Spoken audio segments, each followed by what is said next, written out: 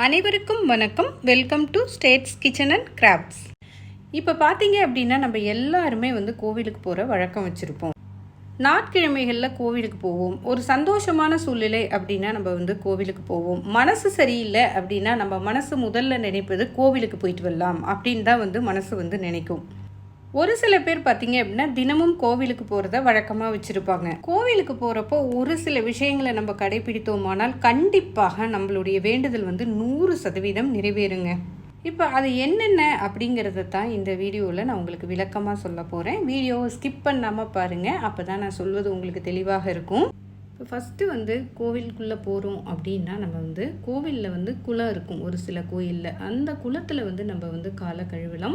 அப்படி இல்லை அப்படின்னா பைப்பு வச்சுருப்பாங்க கோவிலில். ஸோ கால்களை கழுவிட்டு தான் நம்ம கோவிலுக்குள்ளே நுழையணும். அடுத்து கோவிலுக்கு போகிறப்போ வெறும் கையோடு நம்ம கண்டிப்பாக போகக்கூடாது.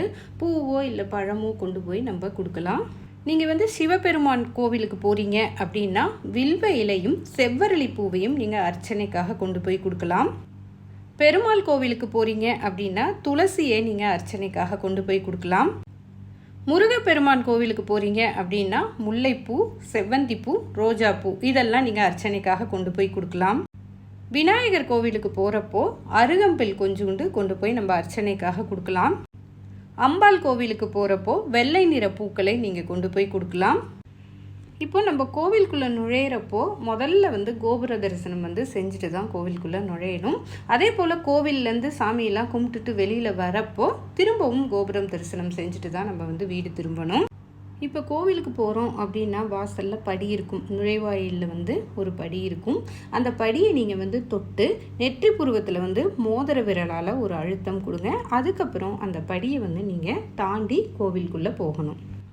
இப்போ கோவிலுக்கு போய் நம்ம இறைவனை வணங்குறப்போ நேருக்கு நேர் நின்று வணங்கக்கூடாது. இடதுபுறமோ இல்லை வலதுபுறமோ நின்று தான் நம்ம வணங்க வேண்டும்.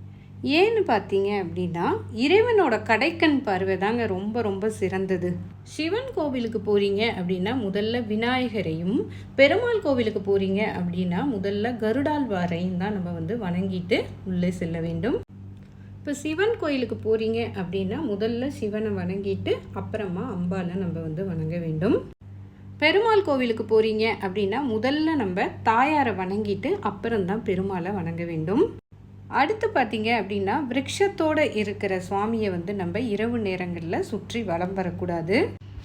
அதே போல் தீபாராதனையின் போது கண்களை நன்றாக திறந்து இறைவனை நன்றாக தரிசனம் செய்ய வேண்டும். கண்களை மூடிக்கொண்டு தரிசனம் செய்யக்கூடாது. விநாயகர் கோவிலுக்கு போகிறீங்க அப்படின்னா 3 முறை இருபுறமும் தலையில் கொட்டிட்டு அதுக்கப்புறம் 3 முறை தோப்புக்கரணம் போட்டுட்டு தாங்க வரணும். நம்ம வேண்டுதல் எல்லாமே கொடிமரத்தின் அருகில் நின்று தான் கேட்க வேண்டும்.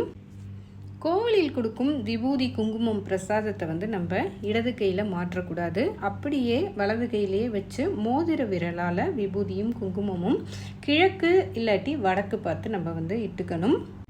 அந்த விபூதி குங்கும பிரசாதத்தை நீங்கள் அப்படியே கோயிலில் போட்டு வரக்கூடாது. சுத்தமான ஒரு வெள்ளைத்தாளில் நீங்கள் மடித்து எடுத்துகிட்டு வரலாம். நியூஸ் பேப்பரோ இல்லை ஏதாவது எழுதின பேப்பர்லேயோ எடுத்துகிட்டு வராத சுத்தமான வெள்ளைத்தாளில் நீங்கள் மடித்து வீட்டுக்கு எடுத்துகிட்டு வரலாம்.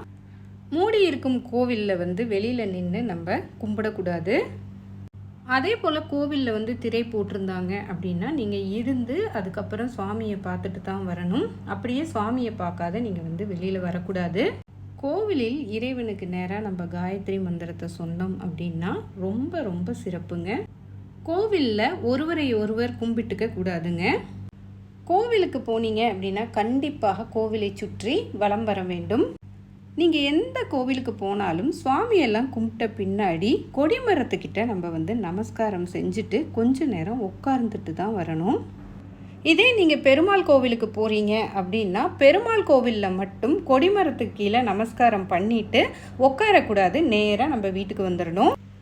அடுத்து பார்த்தீங்க அப்படின்னா கோவிலில் கொடுக்குற விபூதி குங்குமம் பிரசாதத்தை நீங்கள் எடுத்துகிட்டு உங்கள் வீட்டில் இருக்கிற விபூதி குங்குமத்தோடு நீங்கள் அதை போட்டு வச்சு டெய்லி நீங்கள் நெற்றியில் இட்டுக்கலாம். கோவில்லேருந்து வரப்போ பிரசாதத்தை தவிர வேறு எதுவுமே நம்ம கோயிலேருந்து எடுத்துகிட்டு வரக்கூடாது. கோவில்லேருந்து வீட்டுக்கு வந்த உடனே நீங்கள் கையை காலை கழுவாதீங்க. ஒரு 2 நிமிஷம் உட்காந்துட்டு அதுக்கப்புறம் உங்களோட கை கால்களை கழுவிக்கோங்க. நீங்கள் கோவிலுக்கு போகிறப்போ இந்த மாதிரி சின்ன சின்ன விஷயங்களை கடைபிடிச்சு பாருங்கள். கண்டிப்பாக உங்களோட வேண்டுதல் 100% நிறைவேறுங்க.